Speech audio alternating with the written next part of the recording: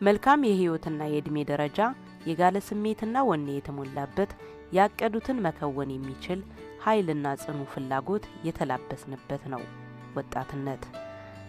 ይህን እድሜ በአግባቡ የተጠቀሙ በእርጅና ዘመን የተሻለ ኑሮ ለመኖር ያግዛቸዋል። በዛሬው ወጣት ሳለሁ ዝግጅታችን ረጅም ዓመት በባህር ካፒቴንነት የሰሩ የካፒቴን አዲሱ ጠንክር ተሞክሯቸውን እንዳስሳለን። ተወልጄ ያደኩት አዲስ አበባ ውስጥ ነው የተወለድኩት እና እስከ 11ኛ ክፍል አዲስ አበባ ከተማርኩ በኋላ በ1967 ዓመተ ምህረት ወደ ባህር ኃይል ተቀጠርኩ። ያው የተቀጠርኩበት ብዙ ምክንያቶች አሉ። ዋናው ሁለቱ ነገሮች ግን በወቅቱ የዛን ጊዜ አባቴ ሞቶ ስለነበረ የቤተሰብ ውስጥ እኔ የመጀመሪያው ልጅ ስለሆንኩ በግል ስራ ይተዳደር ስለነበረ ቤታችን ውስጥ ትንሽ የኢኮኖሚ ችግር ስላጋጠመ፣ ሁለተኛ ደግሞ ወቅቱ የኃይለ ሥላሴ ሰዓት ወርዶ የደርግ ስርዓት የመጣበት ጊዜ ስለነበረ ትምህርትም መቋረጥ ነበር። በዚህ መካከል የባህር ኃይል ለመቅጠር ወደ ትምህርት ቤታችን የባህር ኃይል አባላት ሲመጡ ከዚህ በፊት ስለ ባህር ኃይል በጣም ደስ ይለኝ ነበር። ምክንያቱም በየመስቀል በዓል ሲከበር አዲስ አበባ ውስጥ በሰልፍ ሾው ያሳዩ ነበር በየአመቱ በኃይለ ሥላሴ ጊዜና ዩኒፎርማቸውን ምን ሳይ በጣም ሀሳብ ነበር እና እኔም አንዳንድ መጽሐፍ አነብ ነበር ስለ ባህር ኃይል እና በዛው ተቀጠርኩኝ እና ወደ ኤርትራ ሄድኩ። አሁን ኤርትራ ከሄድኩ በኋላ የተለያዩ ስልጠናዎችን ወስጃለሁ። ዶንጎሎ የሚባል ቦታ ትሬኒንግ ሴንተር አለ። እዛ ከመሰረታዊ ጀምሮ ኮርስ 1 ኮርስ 2 ተምሬ ወደ መርከብ ላይ ወጣ።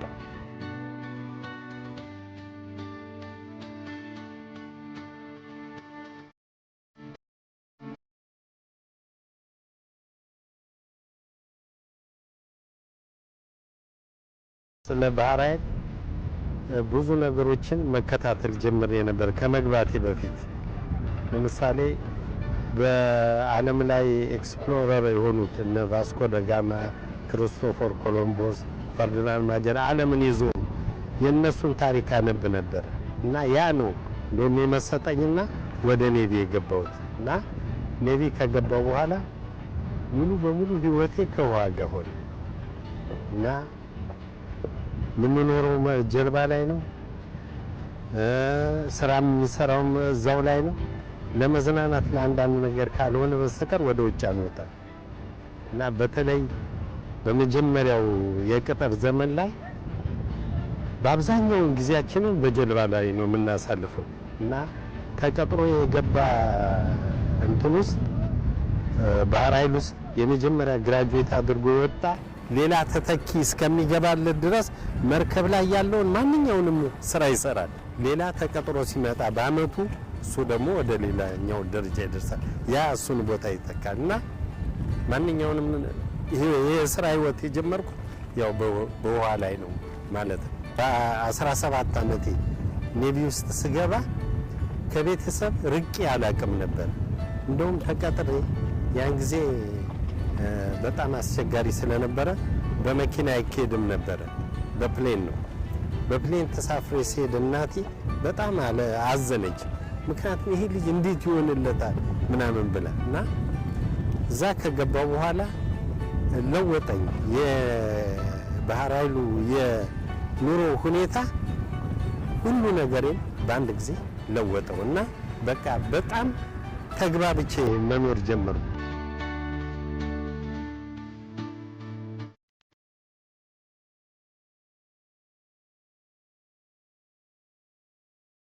እንግዲህ ምጽዋና አሰብ ውስጥ መጀመሪያ ላይ የተመደብኩት ጦር መርከብ ኢትዮጵያ ነው።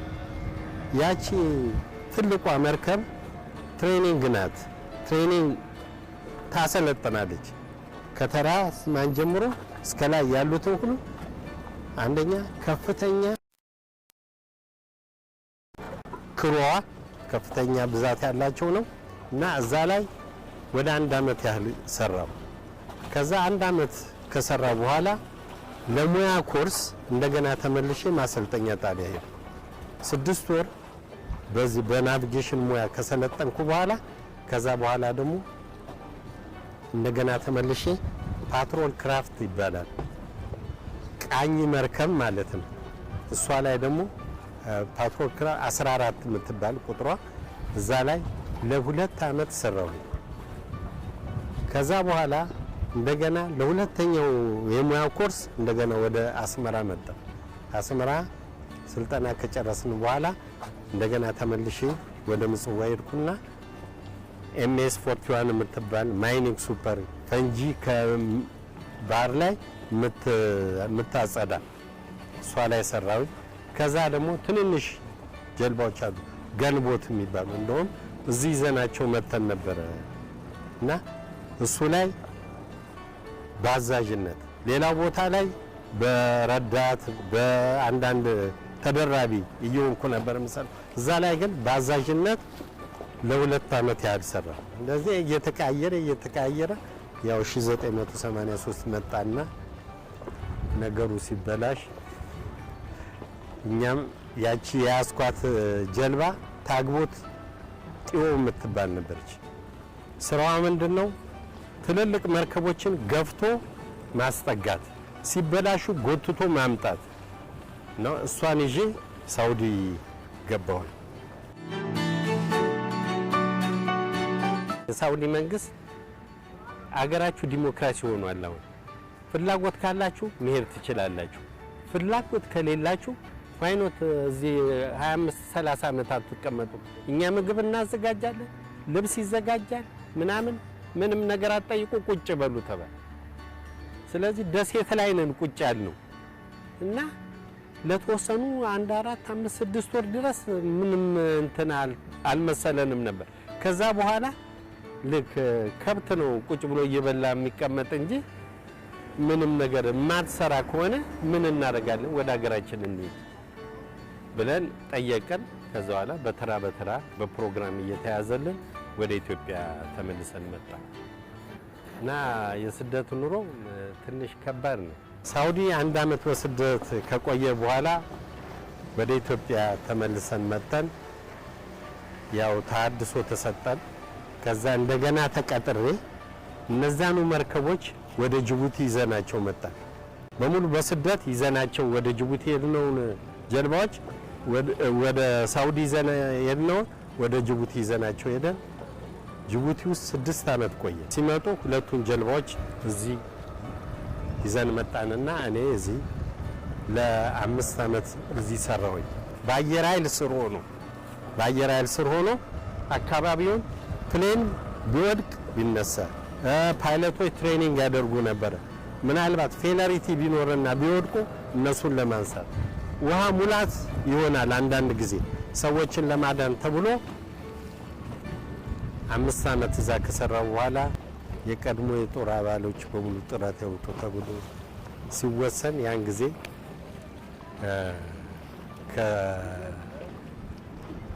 ከአየር ኃይል ወጣሁና እዚህ ጣና ሐይቅ ትራንስፖርት ድርጅት ውስጥ ተቀጠርኩ። ጣና ሐይቅ ትራንስፖርት ላይ መጀመሪያ ፋሲለደስ የምትባል ጀልባ ነበረች፣ ከዚህ ዘጌ ሰው የምታመላለስ። ከዛ በኋላ ዳላክ የምትባል ጀልባ ላይ ሌሎችም እነዚህ አሁን ከባህር ወጡ ያልኩሽ ሊማሊሞ፣ ታጠቅ፣ አንድነት የሚባሉ የጭነት ጀልባዎች አሉ። እነሱም ላይ ሰራሁኝ።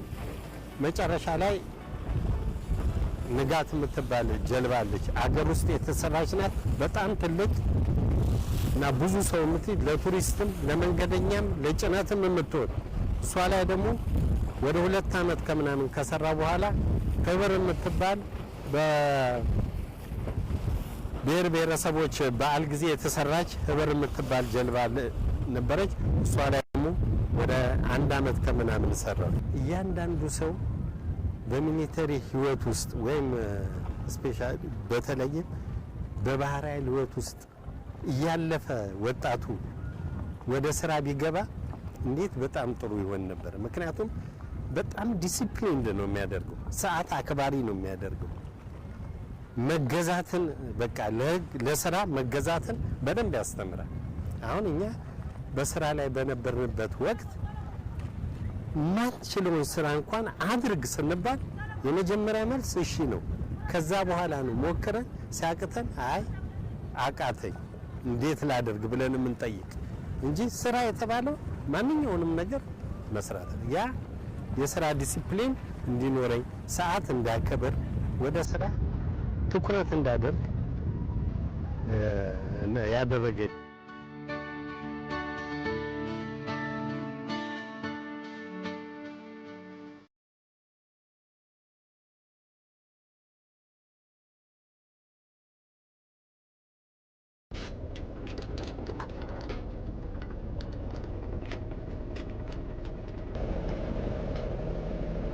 በወጣት ጊዜ ብዙ ለመዝናናት ምን ለማለት እንፈልጋለን። ነገር ግን ሰዓት አለ። ሰዓት ስራ የምትገቢበት ከስራ የምትወጪበት ምንም ነገር አንዳንድ ጊዜ እንደውም በትንንሽ ዲሲፕሊን ከተማ እንዳትወጣ ተብሎ ይታገዳል።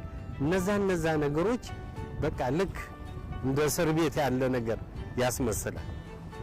ያ በኋላ ግን ጥሩ ዲሲፕሊን እንዲሆን ያደርጋል እና ያ ስራውን አለቃ ያዘዘ ስራ በተገቢ በደንብ ፈጽሞ መግባት እንዳለበት እነዛ ከባድ ናቸው እስከምትለምጃቸው ድረስ። እኛ በአብዛኛው ጊዜ በኔቪ ውስጥ ማክሲመም 15 ቀን ሳምንት ነው የምንቆየው። ብዙ አንቆይም። ብዙ የሚቆየው ማን ነው? እነዚህ ትልልቅ ንግድ መርከቦች ላይ የሚሰራ ከሀገር ስለሚሄዱ ነው። እኛ ግን የኢትዮጵያን ቦርደር ነው የምንጠብቀው በቀኝ። ስለዚህ ሳምንት 15 ቀን ምናምን ብንቆይ ነው ባህር ላይ። ያም በጣም ከባድ ነው። መጀመሪያ ጊዜ ጭንቅ ይላል። የተወሰነ ጓደኞችሽን ጠዋትም እነሱን ማታም እነሱን ስታይ በጣም ይከብዳል፣ ይጨንቃል። ኔቪው ደግሞ ይሄን ስራዬ ብሎ ይቆጣጠራል። እያንዳንዱ ሰራተኛ ከከተማ አድሮም ሆነ ምናምን ሲመጣ ቼክ ይደረጋል። ሜዲካል ቼክ አፕ አለ እና ይሄ በጣም የሚፈታተነን ነገር ነው። ትዳር መሰረት 2 ልጆች ወለድኩ። እስከ 83 ድረስ አብረን ነበር። ከ83 በኋላ የመንግስት ለውጥ ሲደረግ እኔም ወደ ስደት ሄድኩኝ። ግንኙነታችን በቴሌፎን ነው እንጂ አንገናኝም ነበር ከባለቤቴ ጋር እና አሁን ወደፊት እንመሰርታለን የሚል ሐሳብ ነበረኝ እና በ93 አካባቢ በ90 መልሰው ተጣሉ ኢትዮጵያና ኤርትራ። የዛን ጊዜ ግንኙነታችን ኮምፕሊትሊ ተቋረጠ። በሁለቱ ሀገሮች ግጭት ምክንያት የኔ ቤተሰብ ተለያየ። እኔ ወደ ውጭ ወጣው፣ እሷ እዛው ኤርትራ ውስጥ ቀረች። እኔ ከዛ ከወጣ በኋላ ወደ ጅቡቲ ነው የሄድኩት። ጅቡቲ ሄጄ እዛ እሷን ለማምጣትም አይቻልም ነበር። ምክንያቱም ያ የነበርንበት ስራ እስከሚወሰን ድረስ ተብሎ ነው ለተወሰነ ሰዓት የቆየ ነው። ከዛ በኋላ ወደ ኢትዮጵያ ስመጣ አመጣታለሁ የሚል ሐሳብ ነበረኝ። ግን ወደ ኢትዮጵያ እኛ ስንመጣ ደግሞ የበለሰ ተጣሉና ሁለቱ መንግስታት እንደውም ኮሙኒኬሽን እንኳን የለም። አላገኛትም ነበር። አልፎ አልፎ እህቷ አሜሪካ አለች፣ ከአሜሪካ እየደወለች ግንኙነት ደህና ናቸው ልጆች ምናምን እያሉ ይነግሩኝ ነበር። የመጀመሪያው ልጄ በቀይ መስቀል በኩል ሁለተኛው ታናሹ በቀይ መስቀል በኩል ኢትዮጵያዊ ነኝ አባቴ ኢትዮጵያዊ ነው ብሎ ተፈቅዶለት በህጋዊ መንገድ መጣ ወደ ኢትዮጵያ።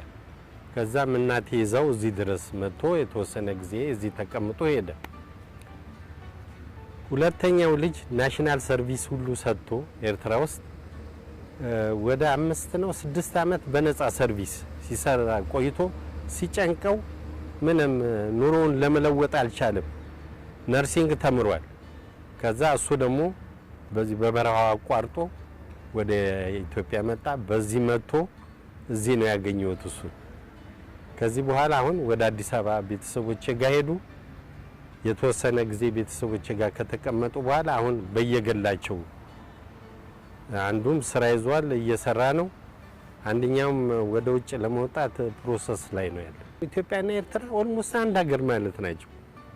እኔ ምን እንደሚለይ እኔ ግራ ይገባኛል። እና አንድ ናቸው እና እኔ ግን ይሄ ሁኔታ ለኔ ጥሩ መንገድ አልከፍትም። ምክንያቱም ተበላሽቷል ትዳር። ልጆቼ ወደዚህ መጥተዋል፣ እሷ ወደ ውጭ ወጣለች እንጂ አንድ ቁጥር ነበርኩ እኔ በርሬ ወደ ኤርትራ መሄድ የነበረው። እንደኔ አይነት ብዙ የተጎዱ በጣም ተደስተውበታል። ባለቤት በጣም ብለናል እና አየች ልለወጥ አልቻልኩ። የደሞዝ ሰሞን ወጣ እያልኩ ጨፈሬ መምጣት ነው። አሁን ስታየው ይሄ ሰውዬ ምንድን ነው የሚፈልገው አለች። ቢራ ተገዛ። አንድ ቀን የደሞዝ ቀን አምጥቼ ሰጥቼ ትንሽ ናፕ አለ ከሰዓት በኋላ እዛ ሞቃት ስለሆነ መዝናናት የሚቻለው ከ11 ሰዓት በኋላ ነው እና ጋደም እንዳልኩኝ ቢራ ገዝታ ፍሪጅ ውስጥ ስጋ ገዝታ ከትፋ ቡና አዘጋጅታ ምናምን ብላ አሁን እኔ ተነስቼ ሻወር ወስጄ ልወጣ ስል የለቴ ነው ቡና ጠጥተህ ትሄዳለህ አለች። ከዛ እዛውም ስጋው ክትፍ አድርጋ ተጠብሶ ቀረበ። ቡናው በዚህ ቀረበና በላው። ቡና ጠጣን። ዛሬ እኮ ደሞዝ ነው አንድ እስቲ በል ብላ ቢራ ደግሞ ከፍታ ሰጠች። አንድ ስል ይደገማል አለችና አሁን ሳስበው ምን ላደርግ ነው ወደ ውጭ የምወጣው የሚለው አይምሮ ተቀረጸ። ከዛ ተይው በቃ እዚሁ ነኝ አልኩና መልሼ ልብሼ አወለቅኩና ሽረጥ ለብሼ እዛው ቁጭ ብዬ ስጫወት በዛ ቀየረች። በቃ ተውኩ ወደ ውጭ መውጣት ምናምን እንደዚህ መሄድ ተውኩ እና ቤት ውስጥ መሆንና ትዳር ሰውን ከብዙ ነገር በተለይ በወጣትነት ትዳር መያዝ ከብዙ ነገር ይሰበስባል። ሁለተኛ ልጅን ደግሞ በልጅነት ማፍራት ያ ልጅ በእውቀት በሁሉ ነገር በልጽጎ ጥሩ ውጤት ጥሩ ዜጋ እንዲተካ ይደረጋል። በሰርጅና ከቆየን በኋላ የምንወርደው ልጁን ውጤታማ ሳናደርገው እኛ አንድ ነገር እንሆናለን። ስለዚህ አንደኛ ቤተሰብ በወጣትነት መመስረት በጣም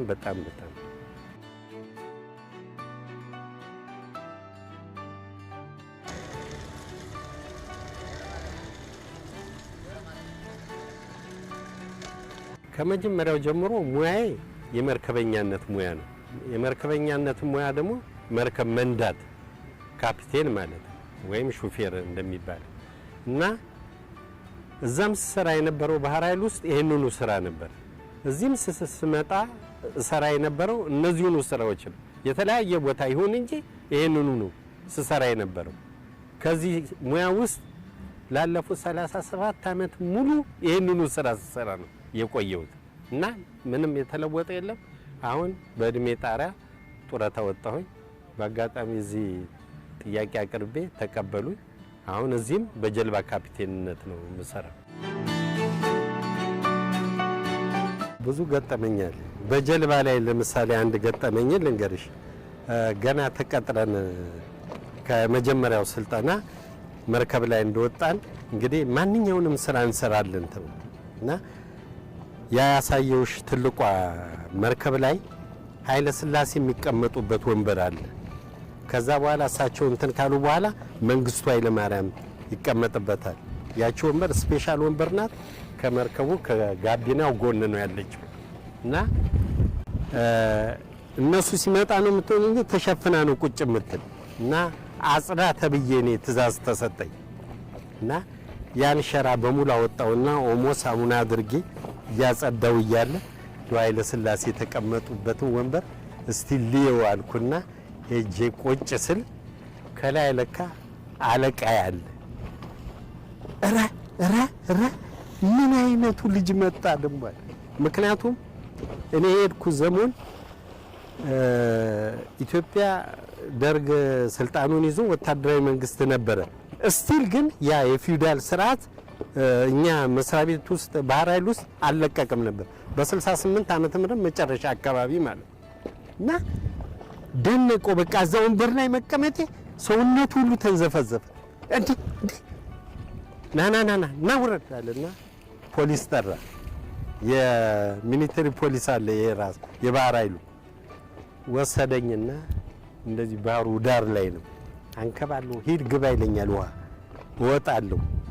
መሬት ላይ ተኛ ይለኛል። አቧራው እንከባለለስ አሰቃይቶ ሂድና ጥፋቴን ተረድቻለሁ ብል ሄጄ ገላይን ታጥቤ ዩኒፎርም ቀይሬ ሰላምታ ሰጥቼ ጥፋቴን ተረድቻለሁ፣ ሁለተኛ ይደገመኝም አለ።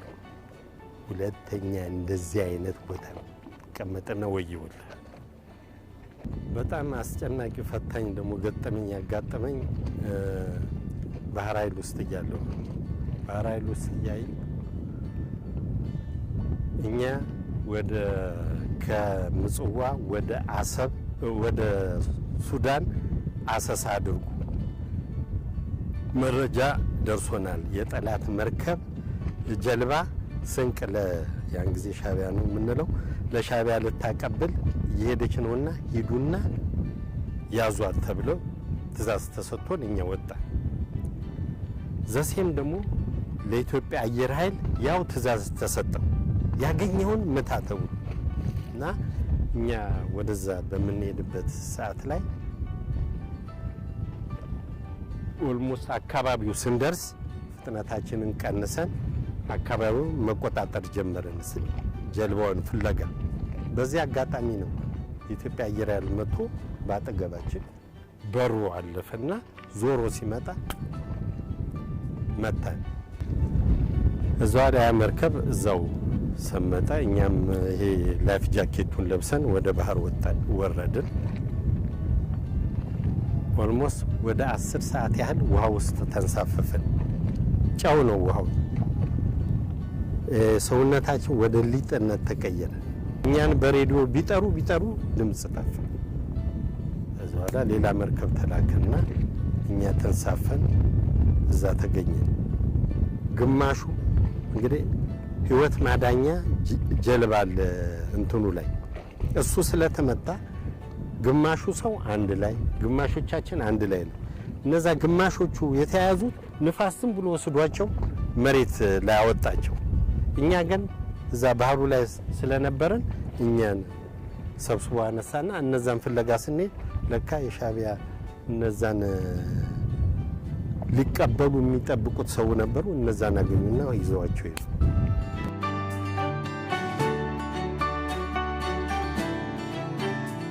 በእኛ ጊዜ የነበረው ወጣት